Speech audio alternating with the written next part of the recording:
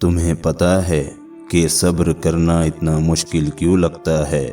کیونکہ اللہ تعالیٰ نے صبر کا اجر بہت خوبصورت رکھا ہے۔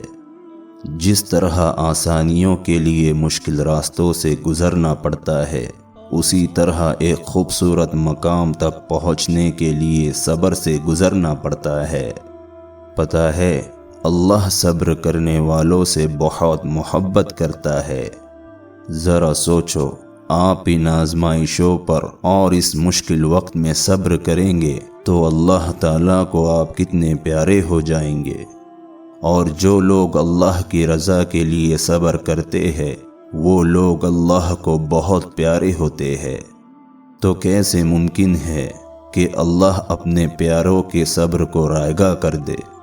اگر آپ اللہ کی رضا کے لیے صبر کر رہے ہیں تو یقین رکھے، ایک وقت آئیں گا جب آپ کو آپ کے صبر کے خوبصورت اجر سے نواز دیا جائے گا، اور جب آپ اس صبر کے اجر کو پا لیں گے تو سارے غم، ساری تکلیفیں بھول جائیں گے، اور دل اللہ تعالیٰ کی محبت میں کہہ اٹھیں گا، فَبِأَيِّ آلَاءِ رَبِّكُمَا تُكَذِّبَانِ۔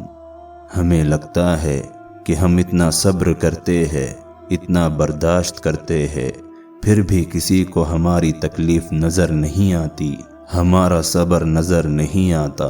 تو سنو پیارو، دنیا بے خبر ہو سکتی ہے، لیکن تمہارا اللہ نہیں۔ دنیا نا انصافی کر سکتی ہے، لیکن تمہارا اللہ نہیں۔ وہ سب جانتا ہے، سب دیکھ رہا ہے، سب سن رہا ہے، آپ کے دل کے پوشیدہ رازوں سے بھی وہ واقف ہے۔ آپ جس تکلیف سے گزر رہے ہیں، اسے اس کی بھی خبر ہے، وہ تو بس آزما رہا ہے۔ تو آپ بھی یقین رکھے، آپ کا صبر کبھی رائگاں نہیں جائے گا۔ آپ کو پتہ ہے کہ صبر کیا ہے؟ صبر کیا نہیں جاتا، صبر مانگا جاتا ہے، اور جب صبر عطا کیا جاتا ہے تو صبر آ ہی جاتا ہے، اور جب صبر آ جاتا ہے تو دل کو بھی سکون آ جاتا ہے۔ صبر کی رسی کو تھامنا جتنا مشکل ہے، اس کا اجر بھی اتنا ہی دگنا دینے کا وعدہ کیا ہے اللہ نے۔ جب صبر کرتے ہیں تو یہ نہیں کہتے کہ کب تک کرنا پڑے گا، اب تو بہت وقت گزر گیا، اللہ ہماری کب سنے گا۔ نہیں، جب صبر کرتے ہیں تو یقین بھی رکھتے ہیں کہ اللہ ضرور سنے گا، آج نہیں تو کل سے ہی۔ صبر کرنے والے حالات سے نہیں گھبرایا کرتے، صبر کرنے والے جلد بازی بھی نہیں کیا کرتے ہیں۔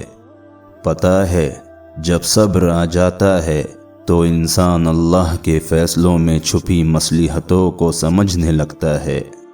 پھر کتنے ہی سال بیت جائے، وہ صبر کرتے ہوئے تھکتے نہیں ہیں، بلکہ اللہ انہیں تھکنے ہی نہیں دیتا۔ پھر کتنی ہی سخت آزمائشیں آ جائے، وہ مایوس نہیں ہوا کرتے، بلکہ ان کے دل میں ایک اطمینان ہوتا ہے کہ اللہ صبر کرنے والوں کے ساتھ ہے۔